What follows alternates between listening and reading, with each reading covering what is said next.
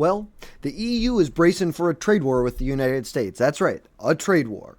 The President Trump on Sunday night reiterated his stance that he would love to put a 10% tariff on all EU products. Let's listen to what Trump had to say on, I believe now this one was Saturday night here.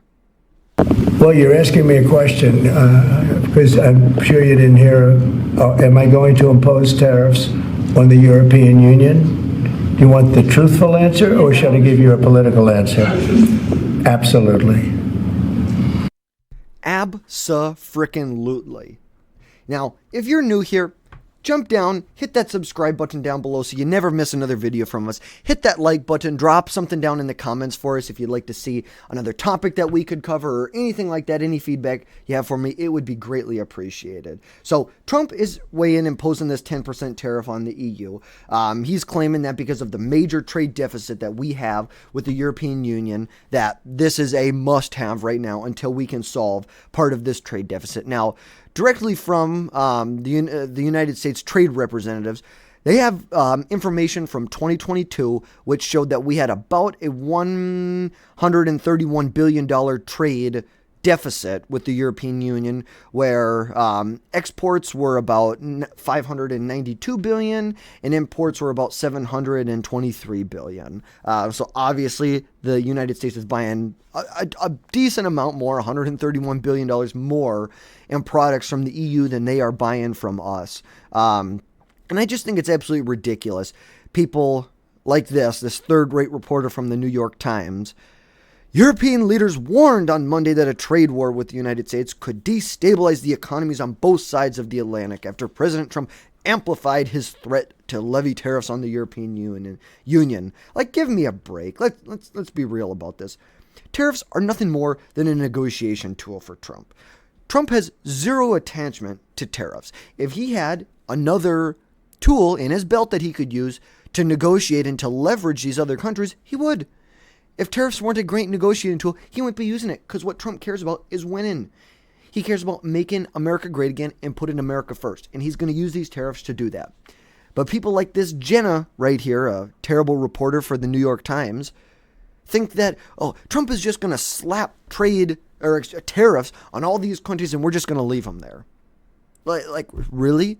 Have you not listened to anything that Trump's had to say like over the last decade or maybe even like the last 4 decades? Like, let's be real about this. Trump does not want to just have blanket tariffs that are not targeted on all countries. We have targeted tariffs on China. We have targeted tariffs on defense products. Like, tariffs can be used as a strategical advantage to protect national security and to protect national industries that maybe you're either trying to grow or what have you. But that's what this is about. This is not about having blanket tariffs. And you wonder why the legacy media, the mainstream media, is dying. Well, it's because stuff like this, because they just want to lie. They want to push the agenda that they have, and, so be it. It is what it is, but that's why alternative media blows them out of the water almost every day of the week. You look at what Trump did with Mexico and Canada. He wanted to stop the flow of illegal immigrants and fentanyl into the United States. So simple. This is what he wants. He said, if you're not going to do that, I'm going to put a 25% tariff on all your products. It's as simple as that. And by Monday, let's take a look at this. This is this morning. And let's look at Trump's, what they were able to do. Trump was able to completely avoid these tariffs, and now it got delayed by a month because he said he was going to slap tariffs on Mexico. Mexico's economy is 17 times smaller than the United States economy. They were going to suffer a lot more than the United States would suffer. And what did Trump get out of it? I just spoke with President Claudia Sheinbaum of Mexico. It was a very friendly conversation where she agreed to immediately supply 10,000 Mexican soldiers on the border separating Mexico and the United States. These soldiers would be specifically designated to stop the flow of fentanyl and illegal migrants into our country. We further agreed to immediately pause the anticipated tariffs for a 1-month period during which we will have negotiations with the Secretary of State, Secretary of the Treasury, and Secretary of Commerce and high-level representatives of Mexico. I look forward to participating in these negotiations with President Sheinbaum. as we attempt to achieve a, quote, deal between our two countries. Because that's what it's really about. It's not about raising prices. Yes, if we put tariffs on Mexico and refuse and we're relentless, we're going to keep putting doubling down more tariffs and more tariffs. Yes, it would make things more expensive over the long run. But here's the thing. It's not about that. It's about negotiating and getting what we want. We are the powerhouse. America is the powerhouse of the world. We got to start acting like it. Why is it okay when Mexico or Canada puts tariffs on American goods? Canada, they have like almost a 300% tariff on dairy products in America. But I don't see anyone complaining or crying about that. They're just doing what they need to do to protect an industry in Canada. They are trying to protect themselves. So what's wrong with that? Well, we're the bigger superpower, and we're going to dictate what happens here. And with China, Trump wanted to stop the production and the flow of fentanyl into the U.S. So he put a 10% tariff on China. And China hasn't responded in the form of tariffs yet. It sounds like they're going to try and pursue some legal action against him. But Trump's going to have a phone call with President Xi within the next day or two to discuss these tariffs. Because look, this is exactly what happened with Mexico. Look what happened. They folded to Trump's demands, and now they're going to hold formal negotiations. It's just as simple as that. And as far as the European Union goes, let's take a look at this right here. The United States and European Union automobile trade lopsided affair. When the U.S. exports cars to the EU, American car companies pay a 10% tariffs for all cars imported. When the European Union sends their cars to America, they only pay a 2.5% tariff. We send $6 billion to Europe worth of cars. They send $43 billion a year worth of cars. So A, why is it that they're tariffing us at 4 times the rate that we're tariffing their cars? And B, why are we purchasing what? Let's do it the other way. Why are they purchasing about 15% of the vehicles that we purchase from them? Why can't we get something that's a little bit closer to more of an even trading agreement? It really is just as simple as that, because this is exactly what Trump is looking for from the EU. He wants to reduce trade deficits. And I've got a list here in front of me of different trade deficits that we currently have with the EU. Let's see if I can find this real quick. Maybe I don't have it in front of me right now. But I can tell you about some tariffs that the EU has on America. Let's see. Right now, the EU has around 3.5% tariffs on all imports into the EU, just as a general tariffs. On automobiles, like we just talked about, they have a 10% tariff on all cars. On agricultural products, they can face up to a 50% tariff. On dairy products, that range from 35 to 50%. Cereals, wheats, which are around 50 and 60%. Like, why aren't you buying American agricultural products? Why do you guys have a tariff on our products? And it just doesn't make any sense. We are the superpower. We should be able to dictate what goes on in these negotiations. We need to close this trade deficit that we have with the EU right now. That it's as simple as that.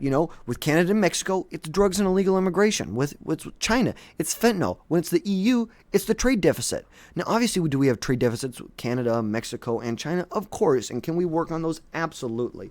But with the EU, maybe Trump could use this to go after the EU and their absolutely terrible free speech policies. Like where you can be arrested for leaving a comment on Facebook or putting something on social media.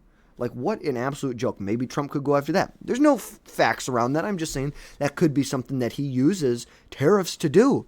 Go after the EU for their absolutely horrible free speech policies. Absolutely horrible. It's just as simple as that. But in the United States, we want free trade. We don't want to have to just worry to tariff everybody that sends products into the United States. We want free trade, but we do not want to be ripped off by other nations. Other nations need to start treating us like the powerhouse we are. Buy more American products. It's as simple as that. Stop relying on China. Stop relying on India. Stop relying on these other countries. Rely on the U.S. We are the superpower. We are the powerhouse in the world. Buy more American products and take the tariffs off our products. Buy more American cars.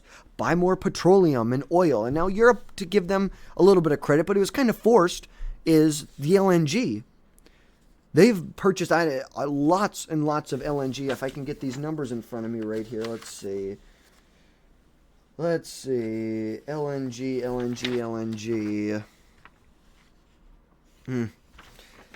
But Europe, after what's going on in Russia right now, where Russia could just cut off, they were buying tons and tons and tons of stuff of oil and energy from Russia.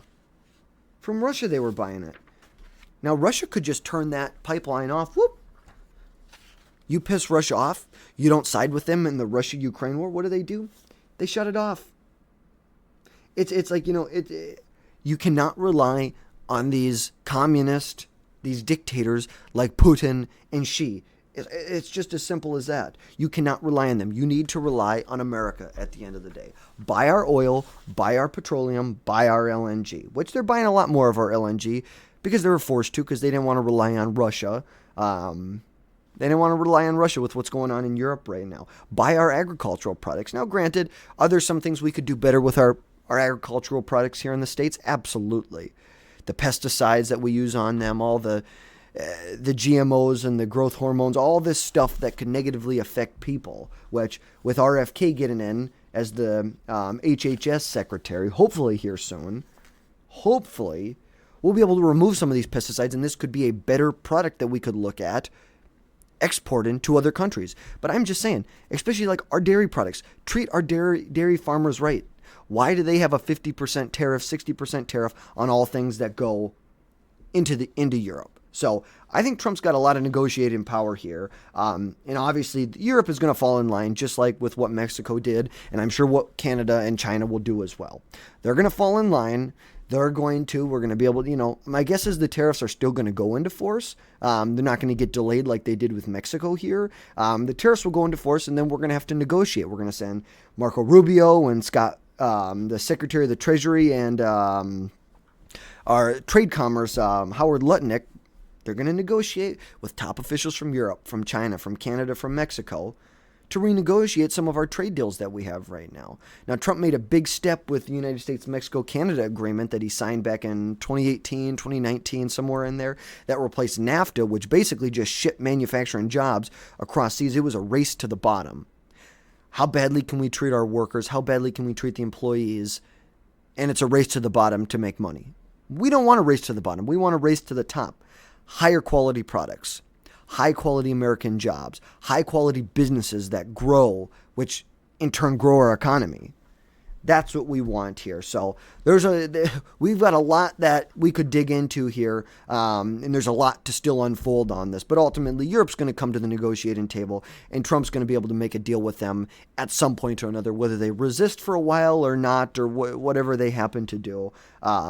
We'll see how it all plays out, and we'll be here to bring you a video with any updates on what's going on with Europe. But if you like this video, hit that like button down below, hit that subscribe button, leave a comment. It really helps us reach other people. That's obviously what we're trying to do, is grow our channel here so more and more people. We really appreciate you tuning in today. You guys have a good rest of your day.